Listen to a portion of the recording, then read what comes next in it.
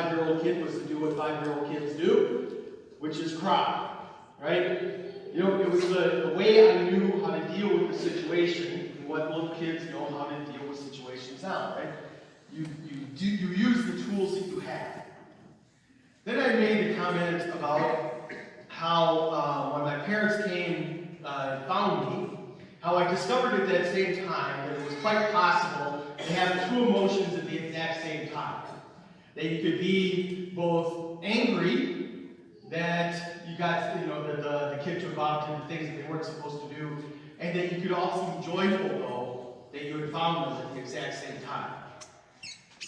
That whole thing, I don't know, for whatever reason, it's kind of stuck with me, this whole idea of how we learn, to some degree, through emotions. Think about it, how we deal with that, right? First, they are, in a way, a communication tool. It's the first tool, really, that young kids learn. And when they need something, what do? They start to cry. You use your emotion as a way to connect with somebody else. But it's also, in another way, a learning tool. Because as you discover things through life, you begin to decide whether or not you like them or not. And a lot of that is by how you attach emotions to it. You know, so if you go and do something, and it's a positive experience, and then you tend, you know, to want to repeat that. Right? The positive feelings, the positive emotions that are attached to it, you learn and decide that's a good thing. And so then you decide you want to do that. And the same thing with negative stuff. You go out and do something, you attach a negative emotion to it, and therefore you generally tend to not want to do those kind of things in the future. Because who wants to be unhappy, right? So you tend to not do those unless you're forced into it. We use emotions then as a way to kind of communicate and as a way to try to learn over time things we like to do and things we don't like to do. But emotions are important. Right? I'd like you to think for a second about this gospel reading. This one only comes up every 3 years. It's part of the cycle of Luke. And I'll be honest, I attach strong emotions to this gospel reading. And in fact, this gospel reading, of all things in the New Testament, scares the living crap out of me. And I can't say that strongly enough, honestly. I realize it's a little bit crude, but it's true. Think about what's taking place in this gospel reading. And it's hard to not attach emotions to it. The first character that we're introduced to in the gospel reading is the rich man. Never identified by name, we're just always just called the rich man. And the rich man, we're told, you know, is a person who dines sumptuously each day.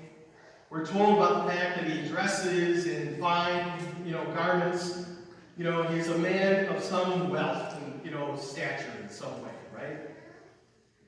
Then immediately we're introduced to the other important figure in the story, which is Lazarus. And we're told that this poor man has nothing. That he longs each day to eat from the scraps that fall from the rich man's table.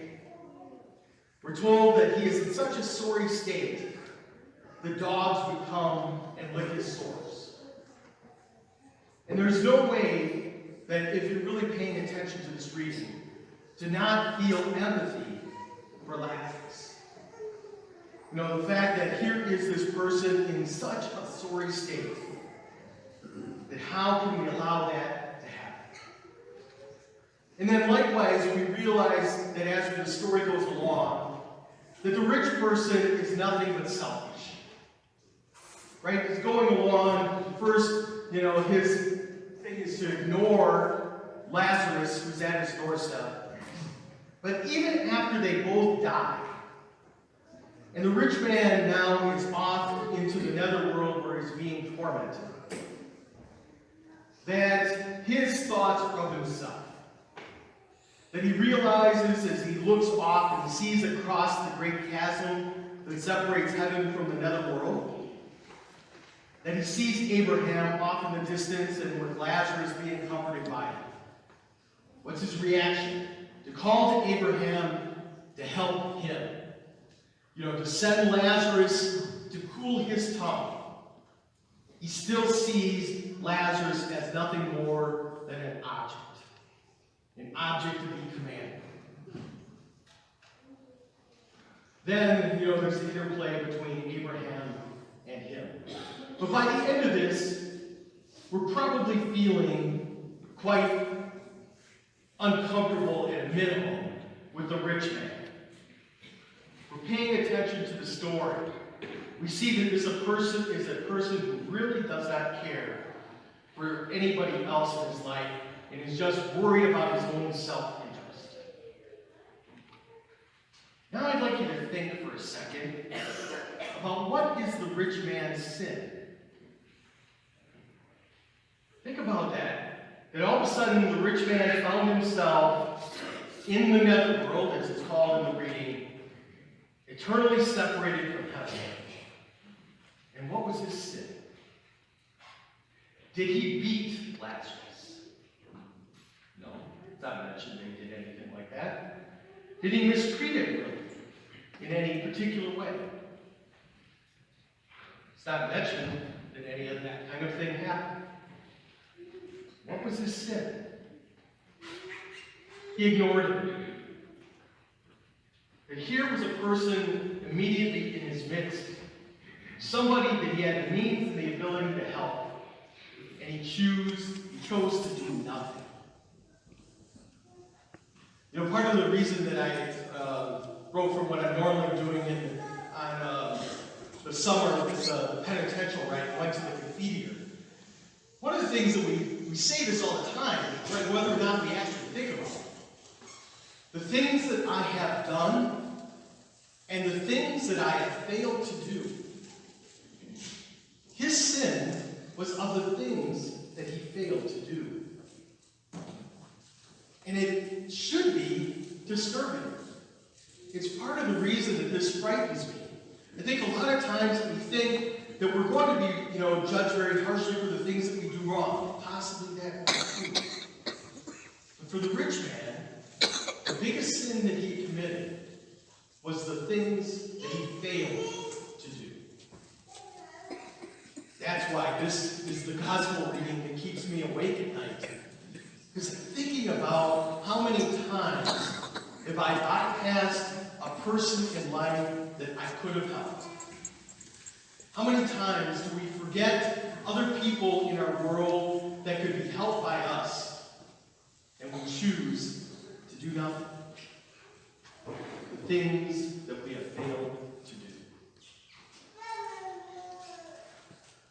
I think part of the purpose of Jesus calling us in this reading is there's always a concern for Jesus for the poor and the disadvantaged.